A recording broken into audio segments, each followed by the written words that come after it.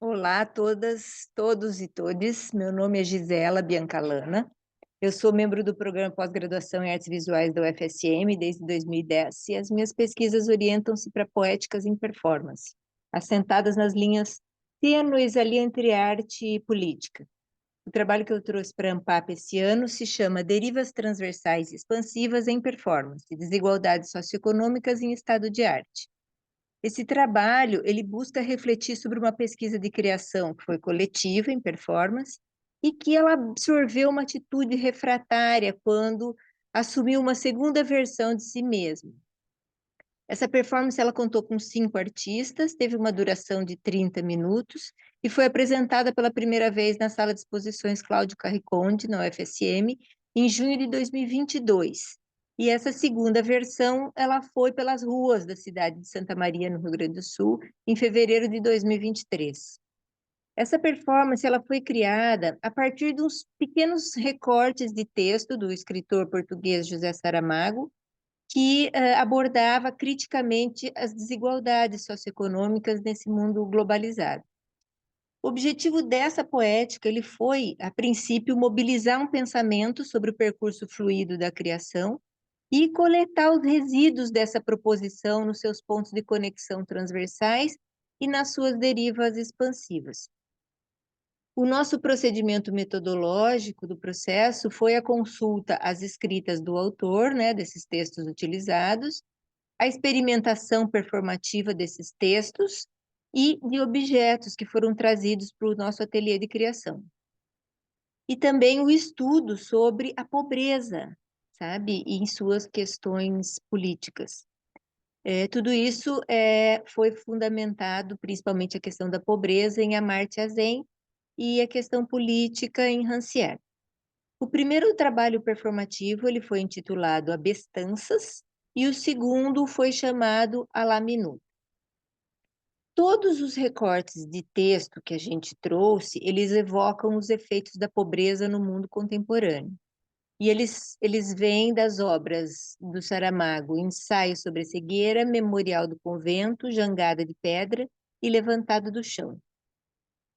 Já em ateliê, a gente iniciou com experimentações vocais, que começaram então por esse improviso sonoro.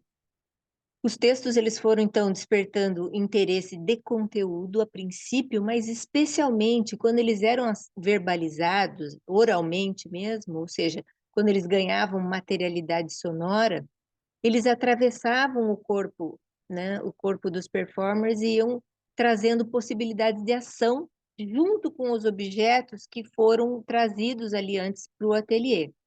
Esses objetos, de algum modo, eles foram por nós entendidos como elementos relacionados com a pobreza. A fome, por exemplo, foi pensada por pratos e talheres vazios. Também trouxemos objetos associados à pobreza por oposição, como colares de pérolas, gravatas, maletas com dinheiro falso, bem cheias. Algumas caixas grandes de papelão desmontadas também foram trazidas, lembrando as camas de moradores de rua. E, por fim, apareceu também um carrinho de supermercado como um dos ícones fortes do consumismo, né? Então, assim, a experimentação corpóreo-vocal, ela se somou à experimentação com os objetos disponibilizados até tomarem a forma que culminou com abestanças. Foram 4 ações performativas, elas remetem então à pobreza, abordando o morador de rua, a fome, a ganância acumulativa de capital e território e os poderes e posições hierarquizadas no mundo. Cada um dos integrantes do grupo foi então sugerindo uma ordem para a aparição de cada momento de performance individual e os encontros entre um momento e o outro. A contribuição de cada performer foi, então, possibilitando delinear uma espécie de roteiro, né, que integrasse as 4 ações. A Bestanças, ela não pretendeu ser muito demarcada, mas abrir possibilidades para também gerar forma a partir do contato com o público, né? Essas ações, elas foram concebidas, sobretudo, pelo atravessamento dessa selvageria do mundo capitalista e dos efeitos dele. No que tange aos desdobramentos de abestanças, o trabalho performativo foi derivando para outra forma, como eu falei adiante, a la minuta. Ou seja, uma outra versão foi encontrada. Em abestanças, cada fragmento individual compunha um todo no qual uma ação se mesclava a outra. Mas desde esse momento, a gente já percebia que cada ação poderia ser apresentada sozinha. Bom, então a nova proposta era sair pelas ruas, mas dessa vez performando as ações uma de cada vez, individualmente, separadamente. Então agora a singularidade dos performers, ela foi para o primeiro plano, né? No entanto, o grupo permanecia unido para sair junto. Só que uma ação passou a ter a sua existência singular materializada. Nós pensamos, então, em encontrar um elemento que aglutinasse a saída do grupo, né? Aglutinasse a singularidade.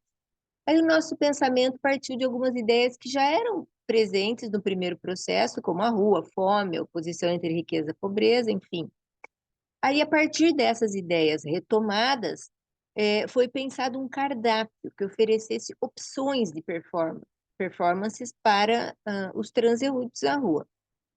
Esse cardápio foi, então, confeccionado fisicamente, assim como esses que são distribuídos em mesas de restaurante, né, para ser uma lista de ações individuais que abordassem a pobreza. Ali na foto de baixo, vocês conseguem ver uma pessoa na rua escolhendo uma ação para ser realizada. E tem um detalhe importante para ser colocado. Nos trabalhos anteriores realizados pelo nosso grupo, várias séries de performances foram realizadas com pedras, em função de um outro trabalho. Foram 4 anos que nós trabalhamos com pedras como metáfora das dores da vida. E as pedras, elas recorrentemente elas voltam a aparecer nos trabalhos que nós realizamos. Ainda existe muita pedra também no nosso ateliê laboratório. E esse foi o caso de La Minuta. As pedras apareceram nas performances individuais. Nessa versão, cada ação tinha o seu título estampado no cardápio, a La Minuta. São 4 ações que foram chamadas individualmente Sopa de Pedras, Lombo sob a Ponte, Manjar de Cifras e Latifúndio Opção Não Orgânica. A proposta, então, foi sair pelas ruas no centro da cidade para que esse cardápio pudesse ser oferecido para as pessoas, né? Elas podiam escolher uma das opções para ser performada instantaneamente. Aí, depois de cada performance, foi feita uma roda de conversa com o público sobre a situação de pobreza no Brasil, né? No que toca à transversalidade desse trabalho, a arte contemporânea, desde as suas primeiras manifestações, ali em meados do século XX, em algumas das suas vertentes, ela não se esquivou de tocar profundamente as questões sociais e políticas que atravessam incisivamente a nossa existência. Os olhares artísticos atentos têm sido cada vez mais impactados pelos modos de ser, estar, agir, pensar, agir no mundo, interpelado pelas ressonâncias dos desafios oriundos das desigualdades socioeconômicas que se apresentam intensamente para nós. Por esse e por outros motivos, tanto pelas perspectivas macroscópicas quanto pelas micropolíticas, a sobrevivência avançou para o primeiro plano da existência humana em muitos locais do planeta. A pobreza, que é devoradora, vai se alastrando, se intensificando de um modo alarmante e, infelizmente, se reverbera sobre muitos grupos sociais de maneira impiedosa. Então, ao pensar nisso e em tantas outras situações em curso nos países mais carentes, as pesquisas em performance desenvolvidas pelo nosso grupo voltaram-se para a pobreza nesse momento. Aqui a arte e o contexto sociocultural vão se entrelaçando para a gente evocar essa transversalidade intrínseca materializada na ação política. O entendimento de pobreza, segundo esse economista e filósofo indiano, Amartya Sen, é vislumbrado como carência de potencialidades, mais do que como carência de rendimento. Esse autor ele contribui muito no modo como se vem entendendo a pobreza e a vulnerabilidade que a gente traz para esse trabalho, como dificuldade, quase impossibilidade de se desenvolver potencialidades de superação. E então, finalmente, entre as considerações pontuais desse trabalho em processo contínuo até o momento, eu gostaria de reiterar que os posicionamentos políticos presentes nessa pesquisa prático-teórica trazem um fazer no qual arte e vida estão bastante imbricados. A arte situada nas fronteiras nebulosas entre arte e ativismo não traz só o engajamento dos artistas, mas questões latentes no mundo contemporâneo que urgem por debate sociopolítico. O intuito dessa poética, então, foi revolver a naturalização da pobreza. Abestanças e a la minuta, nos seus atravessamentos transversais e nas suas derivas expansivas, elas, então, mesclaram arte performativa, pesquisa e posicionamento político. O trabalho performativo foi construído a partir de muitas singularidades que colaboraram, sem hierarquias autoritárias. A experiência, então, vivenciada na primeira ação, deixou uma profusão de desejos políticos, deixando o trabalho até alcançar a segunda forma. Muito obrigada pela atenção de todos. Todas.